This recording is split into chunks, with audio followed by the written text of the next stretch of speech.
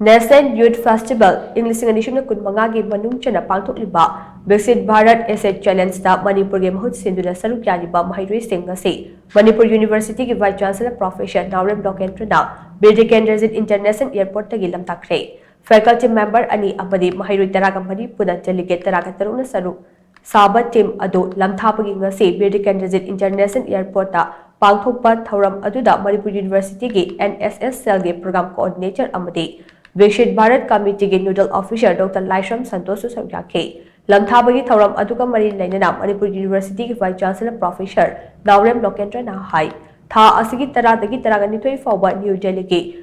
Bharat Mandapam da pangthokadoriba National Youth Festival asida state asidagi Maheiroi taraga mari na saruk yagane Maheiroi sing ase MU ge makhada leiba college sing dagi kupna screening tawram matungda khanbane Laibak asigi yamna maru oiba nahasing ge festival asida Manipur gi nahasing saruk yaba phangba asi singsadegai ni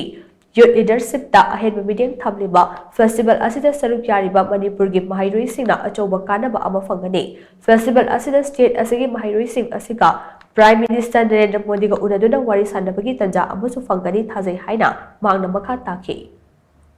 Festival ji tang tara da Honorable Prime Minister na hudokani aduga masigi pandam di India da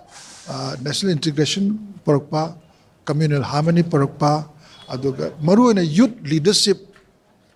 ase masi encourage tawraga tungi India gi damakta Viksit Bharat leidna habidi 2047 da India asi saukhatpa Viksit Bharat ama ohenabagi Honorable Prime Minister gi pandam sida madu ning ba thungnabagi damakta phangnabagi damakta tongan ba aspect ta sangjhalakpani aduna akoi angang singsi Delhi da leirani leiraga moi gi presentation maya moi gi wakalon jengdu pura presentation tawrani presentation tawra matung da Honorable Prime Minister gaju physically interaction tawna nabagi tanja soidana phangani haibase akoi thajai aduna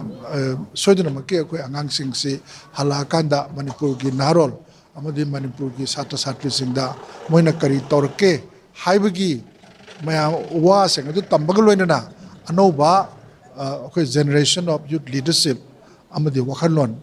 ama porakna bhona da soidana maki mateng pangane bse koina thajai